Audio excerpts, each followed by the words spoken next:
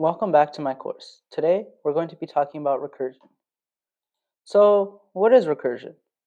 Recursion is a fundamental concept in computer science where, where a function call calls itself to solve a problem. It is used to break complex problems into simpler ones by reducing the size of the input with each call. A recursive function typically has a base case to prevent infinite loops and recursive calls that reduce the problem size. Recursion is commonly used in algorithms such as sorting, searching, and solving mathematical problems. So let's look specifically at recursion. So recursion works by dividing a problem into smaller subproblems until the simplest base case has been reached. Every recursive function must have a base case to stop recursion and a recursive step that calls the function with a modified input. Recursion can be direct, where a function calls itself, or indirect, where multiple functions call each other in a cycle. Understanding recursion helps in implementing efficient algorithms in tree traversal, backtracking, and dynamic programming. Now, let's look at the Tower of Hanoi. So, the Tower of Hanoi is a classic example of a recursive problem. It involves moving a set of desks from one peg to another using an auxiliary peg. Following these rules, only one disk can be moved at a time. The second rule is that a disk can only be placed on a larger disk or an empty peg. And the third rule is that the goal is to move all the disks from the source peg to the destination peg in the fewest moves.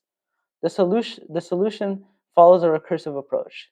So you would first move n-1 disks to the auxiliary peg. Then you would move the largest disk to the destination peg.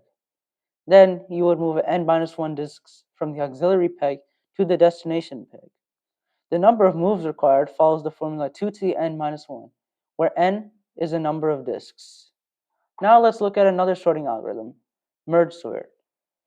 So merge sort is a divide and conquer sorting algorithm that splits the array into two smaller subarrays, sorts them individually, and then merges them back together.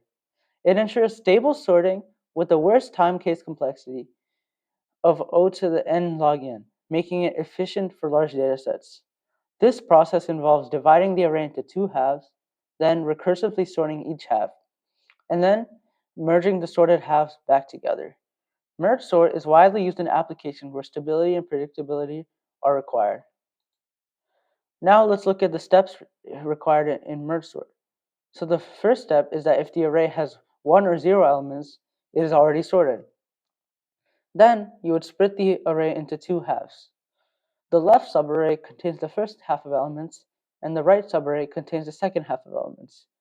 You would repeat this step recursively until each subarray only contains one element. Then you would conquer the subarrays. Specifically, what I mean by this is that once the subarrays contain only one element, which are naturally sorted, then you would recursively combine them by comparing and arranging the elements in sorted order. Then finally, you would merge the subarrays. You would take the two sorted subarrays and merge them into a single sorted array. The first step in this would be to compare the first element of both subarrays. You would add a smaller element to the result array and move on to the next element in that subarray. You would repeat this until all elements from both subarrays are added to the result. Now let's look at the time complexity of merge sort. So the best case scenario for this is it takes O to the log n time, as it repeatedly halves the inputs. The merging process takes O to the n time for each level of recursion, and since there are log n levels, the total time complexity is O to the n log n. This makes merge sort far more efficient than the algorithms like bubble sort and selection sort for large inputs, though it does require additional space for merging. And just to add on, bubble sort, which was demoed earlier to display what an algorithm is not typically used in coding and is more of a learning algorithm to teach you how sorting really works. That's it for this video.